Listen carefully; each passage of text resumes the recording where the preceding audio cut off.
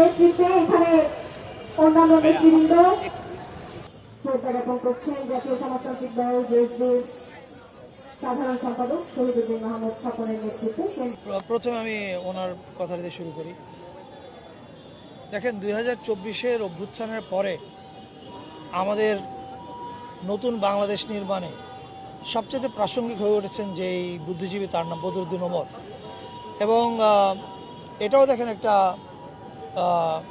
ইতিহাসেরই বিচার, শুধু দেশ স্বাধীন হওয়ার পরের 54 বছর না, এর আগেও 25-30 বছর বা 40 বছর আপনি দেখবেন যে বদরুদ্দিন ওমরকে মেইন স্ট্রিম মানে আমাদের প্রতিষ্ঠানগুলো সবসময় সাইডলাইন করতে চেয়েছে, কিন্তু ইতিহাস তার জায়গায় তাকে প্রতিষ্ঠিত করেছে।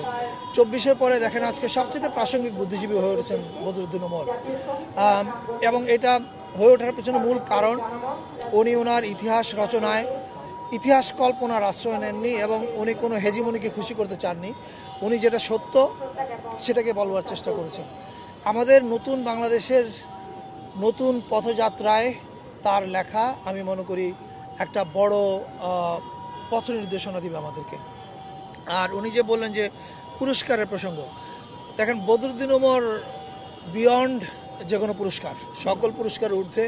এবং আপনারা জানেন যে এবারে যখন ওনাকে স্বাধীনতা পদক দেওয়া হয় তখন আমি ওনার সঙ্গে যোগাযোগ করেছি, আমি গিয়েছিলাম, লালাভাইও ছিল, ওনার পরিবারের সঙ্গে যোগাযোগ হয়েছে।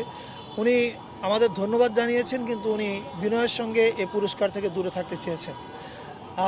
আমরা তখন রাষ্ট্র হিসেবে বিবেচনা করেছি এটা যে ওমর ভাই পুরস্কার নিলেন কি নিলেন না এটা গুরুত্বপূর্ণ না, গুরুত্বপূর্ণ হচ্ছে রাষ্ট্রের ওনাকে স্বীকার করার প্রয়োজন। কারণ ওমর ভাইকে সেলিব্রেট করার মধ্য দিয়ে রাষ্ট্র তার ঠিক রাস্তায় হাঁটতে পারবে, এটা আমরা বিশ্বাস করেছি। এবং আপনি খেয়াল করে দেখেন গতকাল থেকে সোশ্যাল মিডিয়া ওমর ভাইয়ের লেখায় ফ্লাডেড, এবং এই দিনটাই আমরা মনে করি আমরা চেয়েছিলাম বাংলাদেশে। এবং আমি মনে করি ওমর ভাই চলে যাওয়ার মধ্য দিয়েও আরেকবার আমাদেরকে নাড়া দিয়ে গেলেন যে আমাদেরকে কোন রাস্তা আগাতে হবে। Thank you.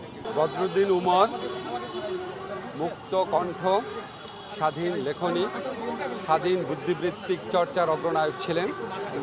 তিনি সারা জীবন জুলুম, বৈষম্য, অপশাসন এগুলির বিরুদ্ধে কথা বলেছেন, সকল ন্যায়সঙ্গত সংগ্রামের পক্ষে দাঁড়িয়েছেন। আমাদের জুলাই গণ অভ্যুত্থানের যারা অগ্রনায়ক ছিলেন তাদের অনেকেই ওনার চিন্তা চেতনা দ্বারা প্রভাবিত ছিলেন বলে আমি বিশ্বাস করি। উনি সারা জীবন বাংলাদেশের জন্য প্রাসঙ্গিক থাকবেন। Thank you sir.